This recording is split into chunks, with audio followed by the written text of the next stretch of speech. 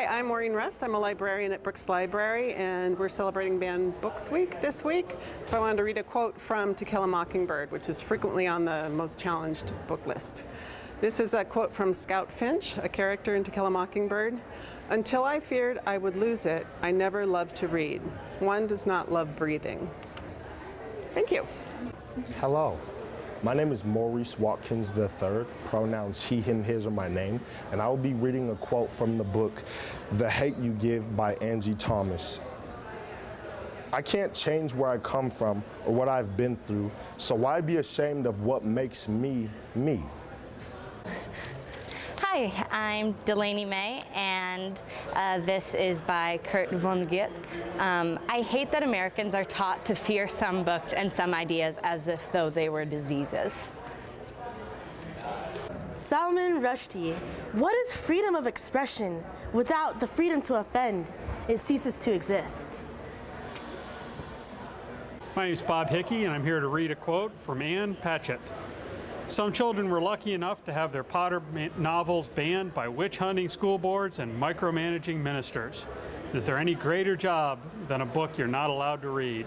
A book you could go to hell for reading." I'm Sabrina Jewell, librarian at Central Washington University, and I'll be reading from A Brave New World. I don't want comfort. I want God. I want poetry. I want real danger. I want freedom. I want goodness. I want sin.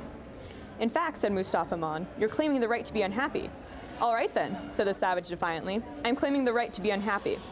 Not to mention the right to grow old and ugly and impotent, the right to have syphilis and cancer, the right to have too little to eat, the right to be lousy, the right to live in constant apprehension of what may happen tomorrow, the right to catch typhoid, the right to be tortured by unspeakable pains of every kind." There was a long silence. "I claim them all," said the savage at last. Mustafa Mon shrugged his shoulders. "You're welcome," he said. I'm going to be reading a quote from To Kill a Mockingbird by Harper Lee, and this is a quote said by Atticus Finch. "I wanted you to see what real courage is, instead of getting the idea that courage is a man with a gun in his hand.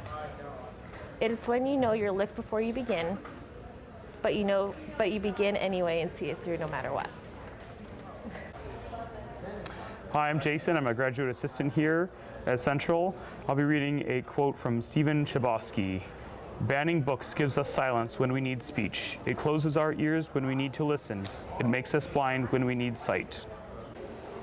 What's up, everybody? My name is Liam Rob Sadie, and I'm here to read you a passage from Perks of Being a Wallflower. All right. Once on a paper torn from his notebook, he wrote a poem, and he called it Innocence, a question, because that was the question about his girl. And that's what it was all about. And his professor gave him an A and a strange, steady look. And his mother never hung it on the kitchen door because he never showed it to her. That was the year the father Tracy died. And he forgot how the end of the Apostles' Creed went, and he caught his sister making out on the back porch.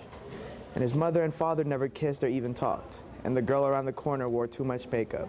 That made him cough when he kissed her, but he kissed her anyway, because that was the thing to do. And at 3 a.m., he tucked himself into bed, his father snoring soundly. That's why on the back of a brown paper bag, he tried another poem. He called it Absolutely Nothing, because that's what it was really all about. And he gave himself an A and a slash on each damn wrist. And he hung it on the bathroom door because this time he didn't think he could reach the kitchen. My name is Max Ellis, and I'm going to read a quote from Stephen King. "Censorship and the suppression of reading materials are rarely about family values and almost always about control, about who is snapping the whip, who is saying no, and who is saying go. Censorship's bottom line is, if the novel Christine offends me, I don't want just to make sure it's kept from my kid. I want to make sure it's kept from your kid as well as all the kids. This bit of intellectual arrogance, undemocratic and as old as time, is best expressed this way. If it's bad for me and my family, it's bad for everyone's family.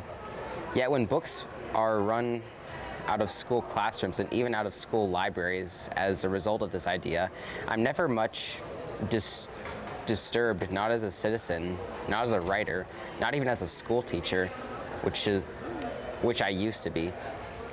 What I tell kids is, don't get mad, get even. Don't spend time waving signs or carrying petitions around the neighborhood. Instead, run. Don't walk to the nearest non-school library or to the local bookstore and get whatever it is that they banned. Read whatever they're trying to keep out of your eyes and your brain, because that's exactly what you need to know. Hello, my name is Rafael Cordova, and I'm going to be reading a quote from George by Alex Gino. She looked in the mirror, and Melissa smiled back at her. For a long time, she stood there. George smiled, and Melissa smiled back at her. My name is Mustafa Ahmadi. I'm a student here at Central Washington University. I'm reading a quote from Kurt Vonnegut. I hate it that Americans are taught to fear some books and some ideas as though they were diseases. Thank you. My name is John Mounsey. I am reading from The Absolutely True Diary of a Part-Time Indian by Sherman Alexie. So after that, they stopped hassling me whenever they saw me on the res. I mean, I still lived on the res, right? And I had to just go get the mail and get the milk from the trading post and just hang out, right? So I was still part of the res. People had either ignored me or called me names or pushed me, but they stopped after my grandmother died.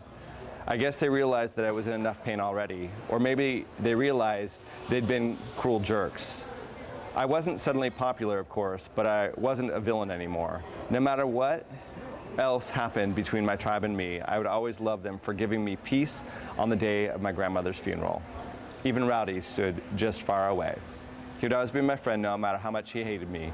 We had to move the coffin out on the Spokane Tribal Longhouse and set it on the 50-yard line of the football field. We were lucky the weather was good.